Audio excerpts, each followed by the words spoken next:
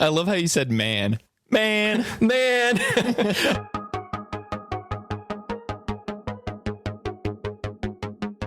Well, hello, everyone, and welcome to the Bible Geeks podcast. This is episode 18. I'm Brian Sheely. I'm Ryan Joy. And thanks so much, everyone, for tuning in. We've got a pretty fun episode this week, and let me just kick it off here. Are you happy? I'm happy. Good. Oh, yes, I am. Yep, so we're talking about contentment this week. We're going to get into one of the Psalms again, Psalm 4, which has a little bit to do with contentment. But before we get into that, we've got a Jesus Said segment as we usually start out our show. And I guess you have a verse for me this week? I do. Let me get into character here so that, I'm presenting this correctly. So this is in Luke chapter 12, verse 13, beginning. Someone in the crowd said to him, "Teacher, tell my brother to divide the family inheritance with me." But he said to him, "Man, who appointed me a judge or arbitrator over you?" Then he said to them, "Beware and be on your guard against every form of greed, for not even when one has an abundance does his life consist of his possessions." What do you think? I love how you said man. Man. That word is the word that, just starting with that, it's just a basic word for man or human, but that's what Peter says twice whenever people are charging him as being like, you're one of those Galileans. And he keeps saying, "Man, I don't know him." He probably wouldn't say it quite like we would say man today, but it's a pretty strong word. It's interesting to me that this person, whoever it was in the crowd, thinks that Jesus is some kind of like Judge Judy character, almost. That's kind of what he's doing here, right? He's asking effectively, "I've got a grievance against my brother here. Can you settle this for me?" Jesus, the people's court. But then he gets to the heart of it, though, by saying, "Take care and be on your guard against all covetousness, for one's life does not consist in the abundance of his possessions." Mm-hmm. He's not getting into the details about that specific case. He doesn't argue back and forth about inheritance laws and all these other things. He just says, look, you're too focused on the things you have. And you're too focused on not only the things you have, but the things that you don't have because someone else has them. And that is the whole idea of covetousness, is looking around at everyone else around you and all the things that they have. Again, this should be one of the 10 commandments that would have been on their mind, not being covetous, not being this kind of person who looks out at everyone else's things and becomes envious or jealous of them. Sometimes we need to reframe our mindset, not to look at the details of who's wrong or who's right or whatever, but we need to ask ourselves, do we have the right attitude about this? Yeah, beware of involving someone in your problems who can read your heart. That's kind of what I was hearing you say. Jesus walks right past the dispute that this guy wants to solve and gets right into the heart of the matter, which is, as usual, the heart. But coveting is the opposite of contentment, and it's the opposite of finding our peace in God. Jesus says, be on your guard, not just against covetousness, but against all covetousness, or against all kinds of covetousness. Yeah. And the implication is, you might think, well, I'm not covetous in all of these things I see people being covetous in, but there's a lot of different ways to covet and a lot of different things you might covet. The secret of all of this is what Jesus is saying. It's all about why. Why are you doing all these things? Why are you pursuing money? Why are you pursuing abundance? It's not that abundance in and of itself is wrong. It's not that an inheritance is wrong in and of itself, but it's why. He has a command and then a for or a because. And it's such a simple truth that we can lose track of, which is, watch out for covetousness. Why? Because one's life does not consist in the abundance of his possessions. You can see sometimes, especially in affluent congregations, where you can go into a church parking lot and look around at fancy cars and everything. And I'm not saying fancy cars are wrong, but whenever there's this attitude of, keeping up with one another and how do I look, and measuring ourselves and each other by our stuff, we have totally missed this really significant truth in what Jesus said. And you might say, well, I don't measure myself mostly by that. I measure myself mostly by my character. But, I also feel pretty good. People can look at me and see I'm doing pretty well. I must be doing something right. I must be skilled. To take pride in stewardship, if that's what we're doing, like, I'm such a good steward, we are missing the point of stewardship and missing what Jesus is saying about what our lives should be measured by and what our lives are about. Yeah. So we're going to kind of roll this conversation into our next segment, which is Poetry in Motion. So we're making our way through the Psalms. We're so predictable. Yes, very predictable. And just so happens that Psalm 4 has a whole lot to do with this topic of contentment today.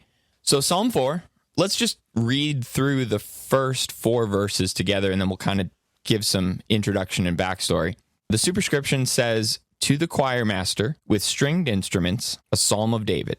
Answer me when I call, O God of my righteousness. You have given me relief when I was in distress. Be gracious to me and hear my prayer.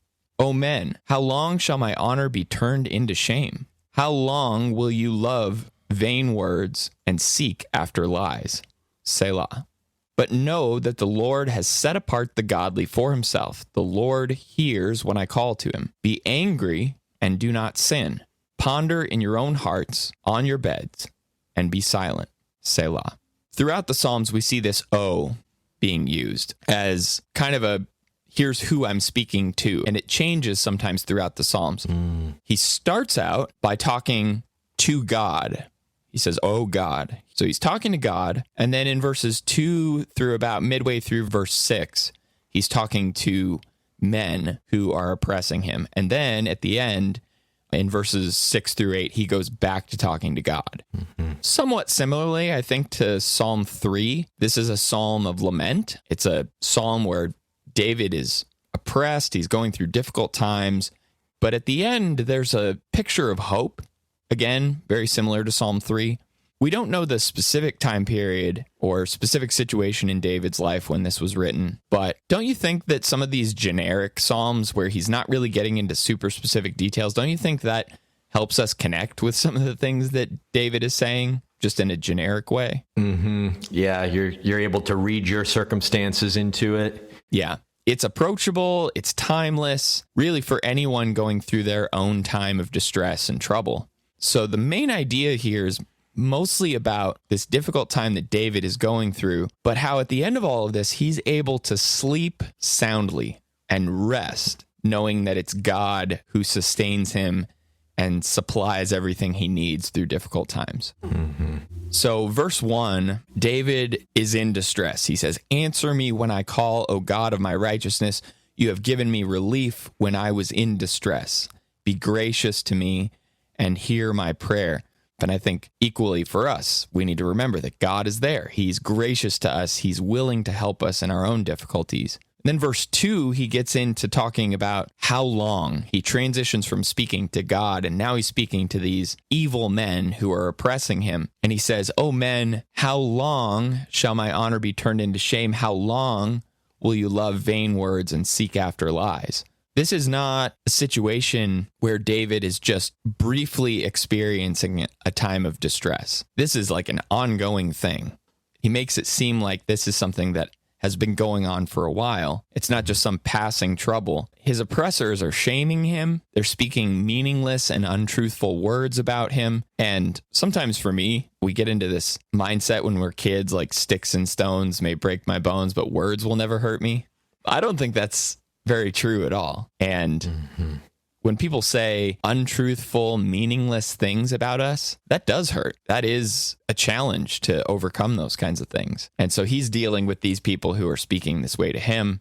Then in verse 3, he says, "But know that the Lord has set apart the godly for himself. The Lord hears when I call to him." It almost makes it seem like David is saying, you guys are messing with the wrong person, because I have the ear of God. I'm speaking to God here. God is with me. He's not with you. He's with me because I'm his faithful servant. Basically, don't trouble me. Don't mess with me because I'm on God's side here. He uses a word here or a phrase that Paul echoes in Ephesians. He says, be angry and do not sin. That's the English Standard Translation. The New American says tremble, and the King James actually says stand in awe. But he says to ponder in your own hearts on your beds and be silent. It almost makes it sound like they're scheming away in the night against David. They're spending their evenings doing all these evil things, and he's kind of telling them, rather than doing that, you need to fear the Lord, and you need to think about what you're doing on your beds in the nighttime. When you could be doing these other things, use your time to really fear the Lord and think about what you're doing and be silent, which is always a good reminder for us. Sometimes we just need to be silent. Sounds like a good place to drop a Selah. A Selah, yeah. Be silent, Selah. Yep. So he picks up in verse 5, he says, offer right sacrifices and put your trust in the Lord. And going through the rest of the psalm, he says, there are many who say, who will show us some good? Lift up the light of your face upon us, O Lord. You've put more joy in my heart than they have when their grain and wine abound. In peace I will both lie down and sleep. For you alone, O Lord, make me dwell in safety. Right here in verses 4 and 5 is like the heart of the psalm. And you see in these two verses, words that are echoed connecting the rest of the psalm. So the word hearts comes up again in verse 7. And the word for beds shares the same root word as verse 8's lie down. And the word for right sacrifices reflects God's righteousness back in verse 1. And then it says, put your trust in the Lord. And that word for trust has the same root as the last word here, which is dwell in safety. And safety and trust are about security, and they have that same root word. So he's connecting this whole psalm from the heart of the psalm here at the center, having addressed these people who are accusing him, who are, like you say, breaking his heart by putting him down. There's nothing more painful than being misunderstood or falsely accused or people talking smack about you whenever there's no basis for it. I mean, if you've ever felt like, I didn't mean it like that, or I didn't do that, that wasn't me, that's really painful. And so he goes from there, giving them advice and saying, offer right sacrifices, repent, make a choice to make your heart right with God. And it's like he looks around at his other friends, and there's all these people who are saying bad things about him. And then there are all these people who are saying, who will show us some good? In other words, everything seems to be going wrong. And maybe they're trying to support David. Some people kind of take this defeatist attitude whenever they're trying to support you. Like, yeah, if it's not one thing, it's another. Is it ever going to go right? And David remembers the blessing that we talked about in our Shalom episode, the priestly blessing of number 6, where he's kind of condensed it here. And he says, lift up the light of your face upon us, O Lord. It may look like there's nothing good, but if you just reveal yourself to us, O Lord, we see the good. And that brings him to talk about his joy. And he says, you have put more joy in my heart than they when their grain and wine abound. It may be a great year for the harvest, and they're excited about that. But what God has put in my heart is greater than that. And therefore, I'm going to lie down in peace. I'm going to sleep in peace.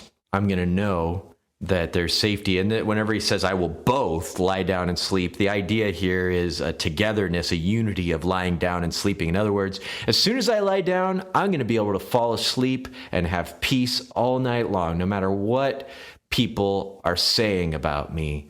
I watched a documentary of Bono from U2 having this conversation with Eugene Peterson, who wrote the paraphrase, The Message, about the Psalms and his paraphrase of the Psalms. It was really interesting. His intention clearly is not to be extremely faithful to the text, but to try to have it reach out and grab you. And to me, it's more like somebody saying in a sermon, well, this isn't what David said, but it's kind of like if somebody today were to say, and here's what he says, verses 6 to 7 and 7 to 8 are like somebody kind of saying. He says, why is everyone hungry for more?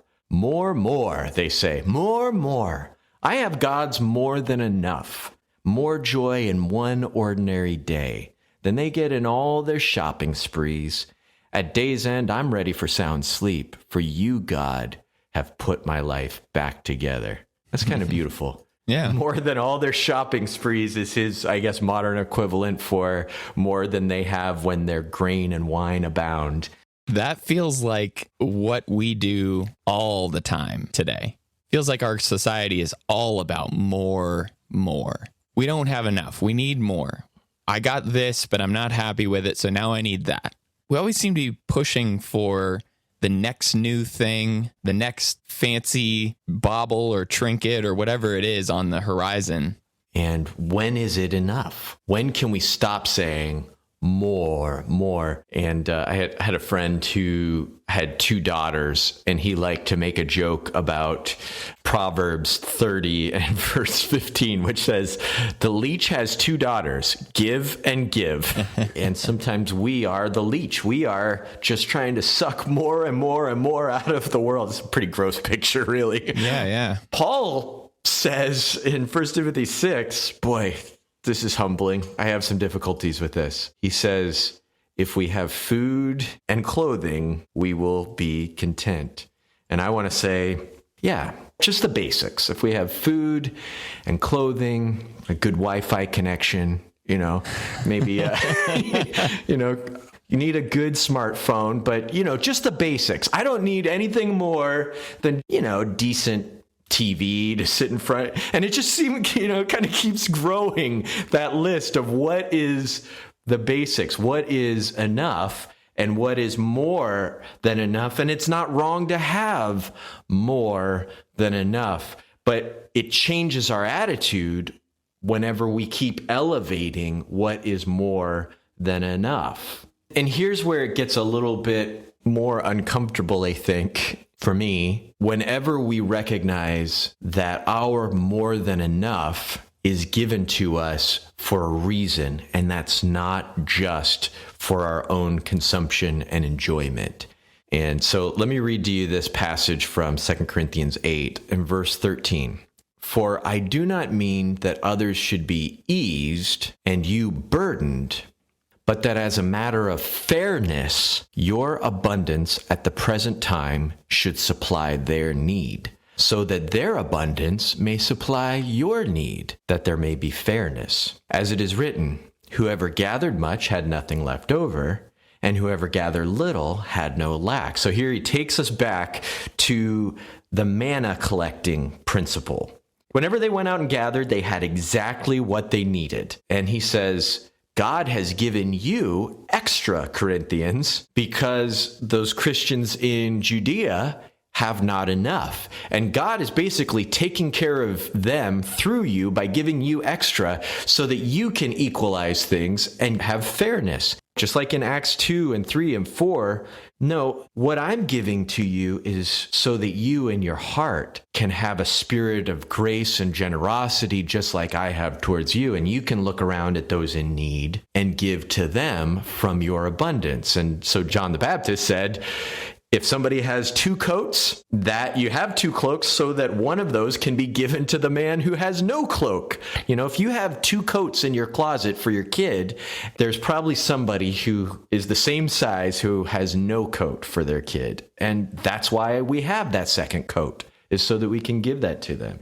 Well, he goes on in chapter 9 in 2 Corinthians to say in verse 8, and God is able to make all grace abound to you, so that having all sufficiency in all things at all times, you may abound in every good work. So I think what you're saying, and I think what Paul is saying here in 2 Corinthians, is it's God who's giving you that second coat. It's God who's blessing you with that abundance so that you can be sufficient in all things at all times, that you may abound in every good work. So God's expectation there is that you work with the things that he's given you. We don't just hoard it. We don't just stockpile. We're not piling things up to the ceiling. We are using those things in the service of other people. And then he talks about giving bread to the sower, food for their supply, multiplying your seed for sowing, increasing your harvest of righteousness. You will enrich in every way to be generous in every way. which through us will produce thanksgiving to God.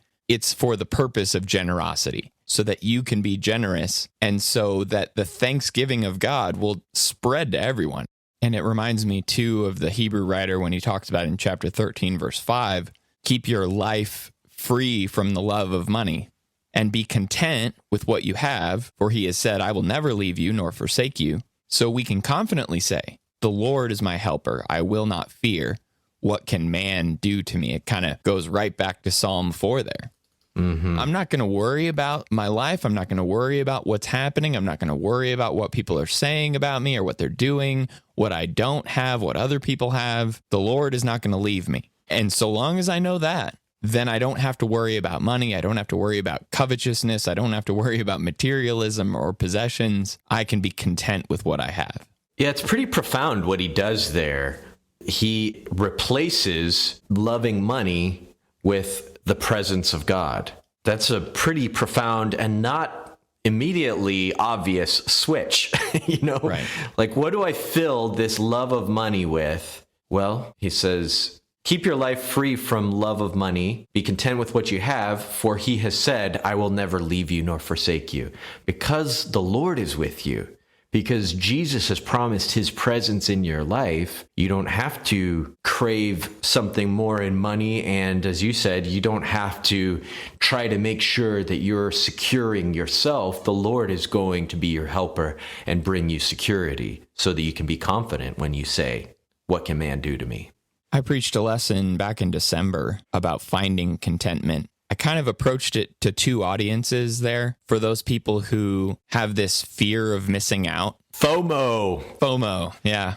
People who want things that they don't have, or they're pining away for a life that everyone else seems to have that they see on social media, or they're trying to keep up with the Joneses or whatever. But I also approached it from the perspective of anyone who is content. Because I think there are people who are content, who feel satisfied in what they have. But the question I asked in that lesson was, is there something that could be removed from your life that would take away your contentment? Like if you were to lose your job, if you were to lose your home, if you were to lose your health or relationships with other people, would that cause you not to be content anymore? Is your contentment only based in the accomplishments of your life or the things that you've acquired or your state in life? Or is your contentment really deeper than that? And I think that's a question that we need to ask. Even if we are content, is that a lasting satisfaction? Is that a lasting happiness? If our true contentment isn't in the presence of God and his faithfulness to us, well, then our contentment probably isn't going to last, because those relationships may not last. Those jobs that we have may not last.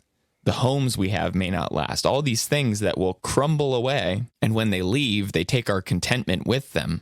It's a really revealing thought process to go through. What it forces you to do a gut check on is, do I have any idols that I'm holding up that are the basis of my joy, my security outside of the Lord? Paul says in Colossians that beware of covetousness, which is idolatry. That wanting, the thing that we put as a want or that we're just investing our heart in is something that's a form of worship. And so it's kind of like covetousness versus anxiety. Be anxious for nothing and beware of covetousness. And both of those directions, the fear of losing or this compulsive, obsessive desire to gain something, are both opposing contentment. I don't know if this resonates with you at all, but I think hobbies have a lot to do with this. We can do this in our hobbies, and I do this in my hobbies. You ever get this mindset where you're like, I want to be a better writer. And so then you have to go out and buy the nicest pencil that you can find, or, the nicest notebook that you can find. Which pencil does Stephen King use? Exactly. Yes. And so you go and you acquire and you build up for yourself these tools that you feel like would be important to make that happen, rather than just writing. Rather than just using what you have to do the thing that you were wanting to do. How can you possibly be content when you have a lack of something that would seem to be putting you in need? And Paul says, not that I'm speaking of being in need, Philippians 4:11, for I have learned in whatever situation I am to be content. I know how to be brought low, and I know how to abound. I know how to have a little, I know how to have nothing. In any and every circumstance, I have learned the secret of facing plenty and hunger, abundance and need. I can do all things through him who strengthens me. There it is. That's the secret. Yeah. The secret of facing plenty and hunger, abundance and need. Whatever you have an abundance of, you can live with that and make good choices with that abundance through him who strengthens you. Whatever I stand in need of, I can do all things through him who strengthens me. Okay, so let's get into the challenge for this week. We talked about having 2 coats, looking and seeing those who have no coats. So maybe a good challenge for this week is to take some inventory in your life, the things that you have, your possessions. Look to see maybe what you have an abundance of or more than you need, and take something and give it to someone else. What do you have extra? Find someone who has not enough and give it to them. I have more than enough Wi-Fi if somebody needs to come over and use it. So there's probably somebody stealing Wi-Fi from you somewhere. There probably is. And you would never notice. All right, everyone. Thanks so much for tuning into the Bible Geeks podcast. You can find us on our website at BibleGeeks.fm. You can find show notes for this episode at BibleGeeks.fm/18. You can also contact us there. There's a contact form where you can get in touch with us. We'd love to hear from you. You can also find us on social media at /TheBibleGeeks. And until next week, everyone, may the Lord bless you and keep you. Shalom.